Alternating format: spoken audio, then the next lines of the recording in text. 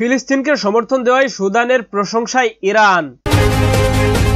ফিলিস্তিনের প্রতি সমর্থন জানানো এবং গাজায় ইসরায়েলি হামলার বিরুদ্ধে অবস্থানের জন্য সুদানের প্রশংসা করেছেন ইরানের পররাষ্ট্রমন্ত্রী আব্বাস আরাকচি। একই সঙ্গে গাজাবাসীকে জোরপূর্বক স্থানান্তরের জন্য নির্মম পরিকল্পনার বিরুদ্ধে ইসলামী দেশগুলোর জরুরি বৈঠকে সুদানের সক্রিয় অংশগ্রহণের আহ্বান জানিয়েছেন তিনি।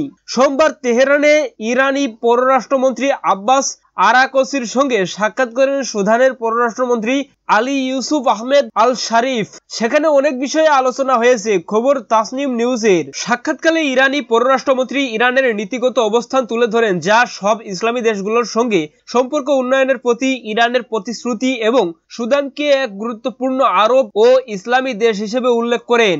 আরাকচি সুদানে চলমান অভ্যন্তরীণ সংঘাতের জন্য দুঃখ প্রকাশ করেন, যা দেশটির জনগণ এবং অবকাঠামোকে ব্যাপকভাবে আধ্যাত্মিক এবং মারাত্মক ক্ষতির সম্মুখীন করেছে।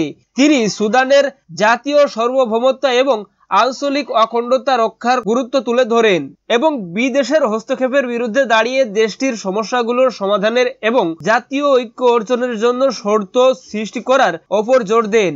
আরাকচি সুদান সরকারের জন্য জনগণের ফিলিস্তিনের প্রতি সমর্থন দেওয়ার নীতিগত অবস্থানকে প্রশংসা করেন এবং গাজাবাসীকে জোরপূর্বক স্থানান্তরের জন্য ইসরায়েলের পরিকল্পনার বিরুদ্ধে ইসলামী দেশগুলোর একত্রিত অবস্থানের জন্য প্রয়োজনীয়তার উপর গুরুত্ব আরোপ করেন।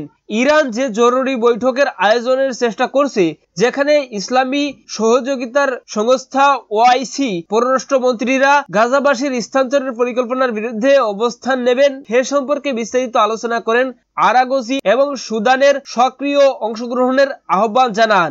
অন্যদিকে সুদানের পররাষ্ট্রমন্ত্রী তার তেহরান সফর সম্পর্কে সন্তুষ্টি প্রকাশ করেন এবং ইসলামী বিপ্লবের 46তম বার্ষিকী উপলক্ষে ইরানকে শুভেচ্ছা জানান। আল শারিফ ইরানের অবস্থানকে প্রশংসা করেন, যা সুদান সরকার এবং জনগণের প্রতি সমর্থনের প্রদান করছে এবং আফ্রিকান দেশটির জাতীয় সার্বভৌমত্ব এবং আঞ্চলিক অখণ্ডতা রক্ষা করছে।